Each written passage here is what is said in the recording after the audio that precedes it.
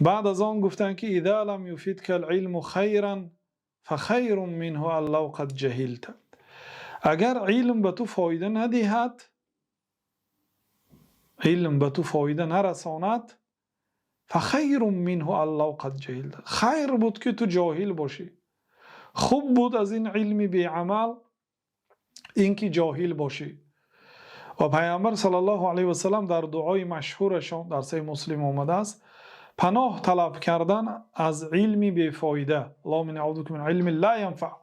پروردگار من پناه می طلبم به تو از علمی که فایده نمیدهد، نه برای خودم، نه برای شاگردان و برای امت اسلام، نه برای اسلام. از این علم من به تو پناه می طلبم.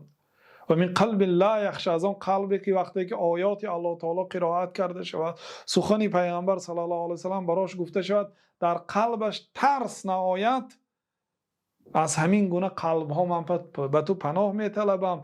و من نفس لا تشبع، از نفسی که سیر نمی شود. و من دعوت لا یستجاب لها، از آن دعایی که به درگاه الله تعالی اجابت نمی شود، من به تو پناه می طلبم. و در حدیث ام سلمه مادر مؤمنه آمده است که پیامبر صلی الله علیه و سلم وقتی که نماز بامداد سلام میدادند میگفتند که اللهم انی اسالک علما نافعا و رزقا طیبا و عملا متقبلا. پروردگار من تو علم نافع، علم فایده‌ناک میپرسم. ببینید باید انسان فقط خواندن کفایه نیست.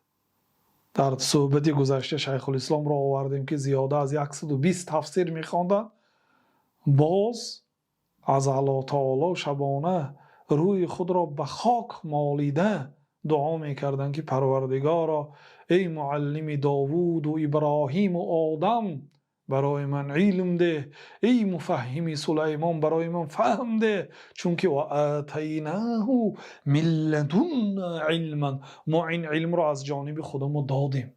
این علم داد الله تعالی هست، عطای الله تعالی هست. چقدر شخصای زیرک بودند، شخصای دانا بودند، شخصانی که حافظه‌شون به قوت بود، لیکن الله تعالی برکه علم آنها را گرفت وقتی که آداب را رعایت نکردند، وقتی که به علم عمل نکردند، وقتی که استاد را احترام نکردند، خود را بلند از استاد گرفتند. الله تعالی علم آنها را بی برکه کرد، از علمشان فایده نگرفتند. بعضی علما میگن که وكان فلان يمار ابن عباس فحرم بذلك علما كثيرا، فلانی ابن عباس را جدال میکرد، تابعین بود، با عبدالله ابن عباس رضی الله عنهما مناقشه میکرد. یماری فحرم بذلك علما كثيرا، به سبب این از علم بسیار محروم شد. بعضی ممکن جوان گذشت از دنیا، از علمش برکه نگرفت، از علمش فایده نگرفت، از دنیا گذشت. بنابراین علم فقط طلب کردن و خواندن نه، بلکه باید علم نافع باشد.